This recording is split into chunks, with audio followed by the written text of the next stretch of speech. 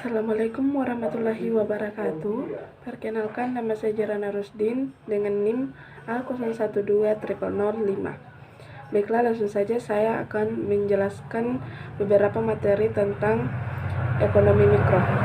Yang pertama itu membahas masalah utama dalam ekonomi.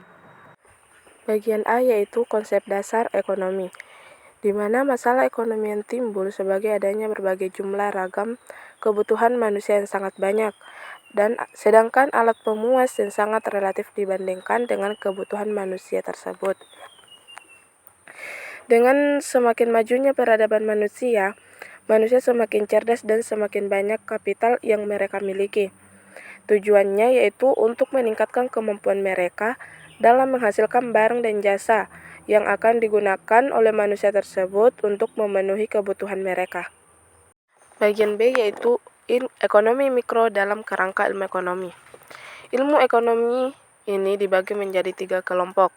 Yang pertama yaitu ekonomi deskriptif, di mana mengumpulkan keterangan-keterangan faktual yang relevan mengenai suatu masalah ekonomi. Yang kedua yaitu teori ekonomi. Ini terbagi menjadi 2, yaitu teori ekonomi mikro dan teori ekonomi makro, yang dimana tugasnya untuk menerangkan secara umum perilaku sistem perekonomian, di mana bila materi pembahasannya tentang pelaku-pelaku ekonomi yang berada dalam sistem perekonomian, maka masuk dalam kategori teori ekonomi mikro. Sedangkan bila pembahasan tentang mekanisme bekerjanya perekonomian secara keseluruhan, maka akan masuk pada kategori ekonomi makro. Yang ketiga yaitu ekonomi terapan, di mana teori ini menggunakan hasil-hasil pemikiran yang terkumpul dalam teori ekonomi untuk menerangkan keterangan-keterangan yang dikumpulkan oleh ekonomi deskriptif. Dengan menggunakan kerangka penggolongan ilmu ekonomi tersebut, dapat dikatakan bahwa materi yang disajikan dalam bahasan ini, kalau sudah dilihat isinya, dapat dimasukkan ke dalam kelompok teori ekonomi mikro. Selanjutnya, asumsi teori ekonomi mikro. Teori ekonomi, khususnya teori ekonomi mikro, bekerja dengan menggunakan asumsi-asumsi. Dan asumsi-asumsi tersebut ada yang berlaku sangat umum dalam arti dipakai oleh teori ekonomi, baik teori ekonomi makro maupun teori ekonomi mikro. Di bawah ini disajikan beberapa uraian mengenai beberapa asumsi yang mendasari kebanyakan teori ekonomi mikro. Yang pertama yaitu asumsi umum. Berikut asumsi yang dipakai baik teori ekonomi mikro maupun teori ekonomi lainnya. Yang pertama yaitu asumsi rasionalitas. Asumsi ini berlaku untuk semua teori ekonomi. Pelaku ekonomi yang diasumsikan bersikap rasional, biasa disebut juga homo economicus atau economic man. Bagian B yaitu asumsi ceteris paribus. Yang dikehendaki oleh asumsi ini ialah bahwa mengalami perubahan hanyalah variabel yang secara eksplisit dinyatakan berubah, sedangkan variabel-variabel lain yang tidak disebutkan berubah sepanjang dalam model analisis tidak diasumsikan sebagai variabel yang nilainya ditentukan oleh variabel lain dan harus dianggap tidak berubah. Bagian C, asumsi penyederhanaan. Meskipun abstrak, sudah banyak sekali mengurangi kompleksnya permasalahan agar supaya permasalahannya lebih mudah dianalisa dan difahami. Sering kita perlu menyederhanakan persoalan lebih lanjut. Yang kedua yaitu asumsi khusus.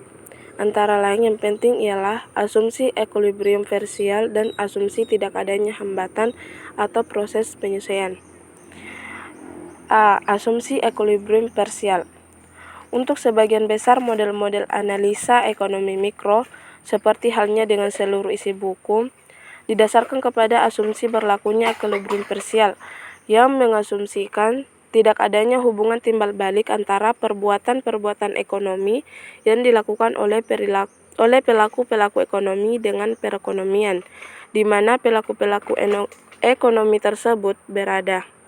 Selanjutnya yaitu asumsi tidak adanya hambatan atas proses penyesuaian. Apabila harga turun, maka barang mengalami perubahan. Perubahan sekecil apapun tersebut selalu diasumsikan bahwa konsumen melaksanakan penyesuaian atau adjustment.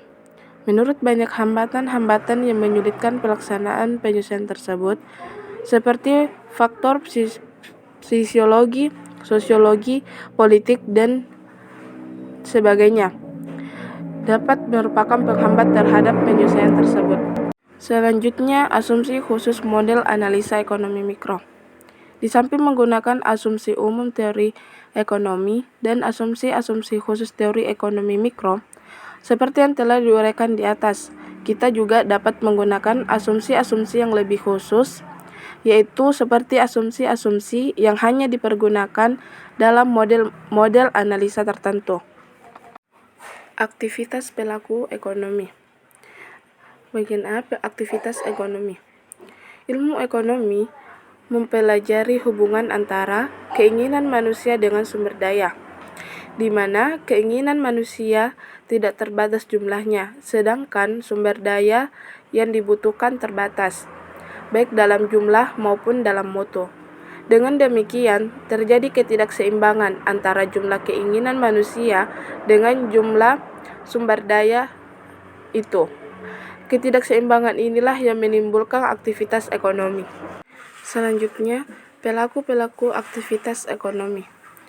Pelaku-pelaku aktivitas ekonomi secara umum terdiri dari 3 unsur, yaitu sebagai berikut. Yang pertama, rumah tangga. Rumah tangga adalah pemilik dari berbagai faktor produksi. Sektor rumah tangga ini memiliki tenaga kerja atau fisik dan otak, dan modal yang meliputi tanah, bangunan, peralatan, modal, dan lain-lain. Yang kedua yaitu perusahaan, di mana perusahaan adalah organisasi yang dibentuk oleh seseorang atau sekumpulan orang dengan tujuan untuk menghasilkan berbagai jenis barang dan jasa yang dibutuhkan masyarakat. Adapun tujuan utama perusahaan ini adalah untuk memperoleh keuntungan yang maksimum. Oleh karena itu, pengusaha harus memiliki keahlian mengenai bagaimana mengalokasikan faktor-faktor produksi yang diperlukan untuk menghasilkan produk agar dapat memperoleh keuntungan yang maksimum. Selanjutnya yaitu pemerintah. Pemerintah dalam hal ini adalah lembaga-lembaga atau badan pemerintah yang ditugasi untuk mengatur perekonomian negara. Lembaga-lembaga ini antara lain seperti Bank Sentral, Departemen Pemerintahan, Pemerintah Daerah, Parlemen, TNI, Polri, dan sebagainya. Pemerintah mengatur dan mengawasi aktivitas ekonomi rumah tangga dan perusahaan agar mereka melakukan aktivitas ekonomi dengan wajar dan tidak merugikan masyarakat. Selanjutnya, materi tentang permintaan, penawaran, dan harga. Pertama, permintaan. Pada dasarnya, permintaan dalam ilmu ekonomi mikro dapat didefinisikan sebagai kuantitas atau jumlah barang dan jasa yang mampu dibeli oleh konsumen pada suatu periode tertentu dan berdasarkan kondisi tertentu. Permintaan suatu barang dan jasa pada hakikatnya dapat dipengaruhi oleh beberapa faktor, antara lain, yang pertama, harga dari barang dan jasa itu sendiri. Yang kedua, pendapatan konsumen. Yang ketiga, harga barang dan jasa yang berkaitan. Yang keempat, ekspektasi konsumen terhadap harga barang dan jasa tersebut pada masa mendatang. Yang kelima, selera konsumen. Yang keenam, pengeluaran iklan. Yang ketujuh, atribut atau features dari barang dan jasa itu sendiri. Selanjutnya, hukum permintaan. Terdapat 2 macam perubahan kedudukan kurva permintaan. Yang pertama yaitu perubahan titik kurva permintaan, dan kedua perubahan posisi kurva permintaan. Menurut hukum permintaan, sebagaimana di atas, bila harga dari barang dan jasa yang akan dibeli oleh konsumen itu naik, maka permintaan terhadap barang dan jasa atau produk tersebut akan menurun. Sebaliknya, bila harga dari barang dan jasa yang akan dibeli oleh konsumen tersebut turun, maka permintaan terhadap barang dan jasa tersebut akan meningkat. Dapat dilihat pada gambar, yaitu di mana harga atau price dari P0 ke Q1, maka output dari Q0 ke Q1. Sebaliknya, jika harga atau price turun, maka akan berakibat naiknya permintaan barang yang bersangkutan. Yang dimaksud harga produk naik di sini adalah harga produk yang menjadi mahal dari harga sebelumnya, dan sebaliknya, apabila harga produk yang dikatakan turun adalah apabila harga produk tersebut menjadi lebih murah dari harga sebelumnya. Berikut yaitu faktor-faktor yang memungkinkan terjadinya perubahan permintaan. Pada penerapan hukum permintaan yang dinaik turunkan adalah harga dari barang dan jasa itu sendiri, sehingga terjadi perubahan pola permintaan naik atau turun.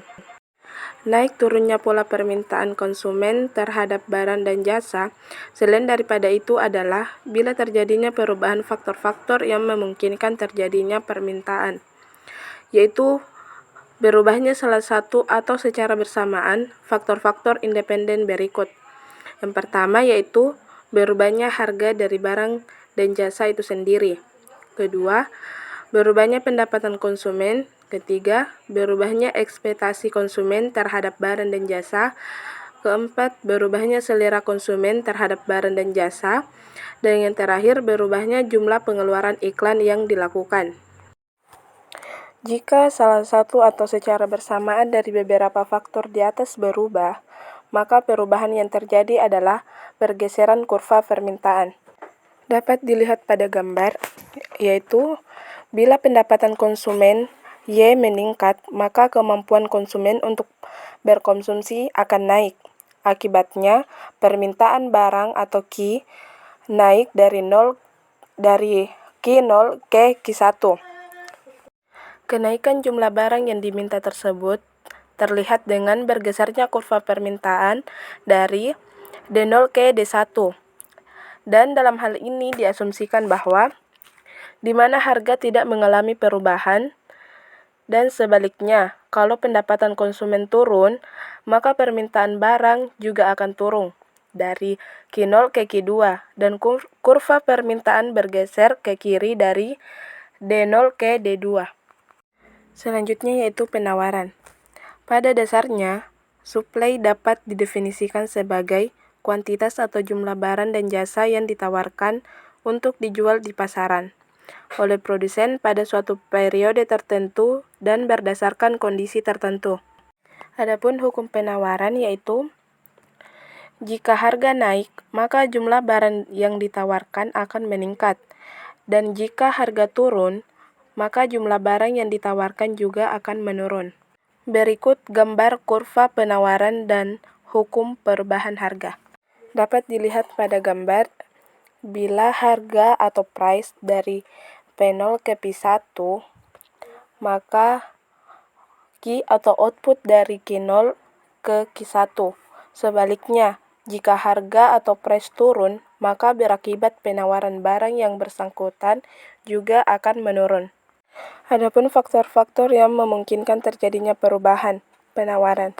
Yang pertama yaitu berubahnya harga input variabel yang digunakan. Yang kedua, perubahan teknologi yang memungkinkan terjadinya efisiensi. Yang terakhir yaitu perubahan produktivitas sumber daya yang digunakan.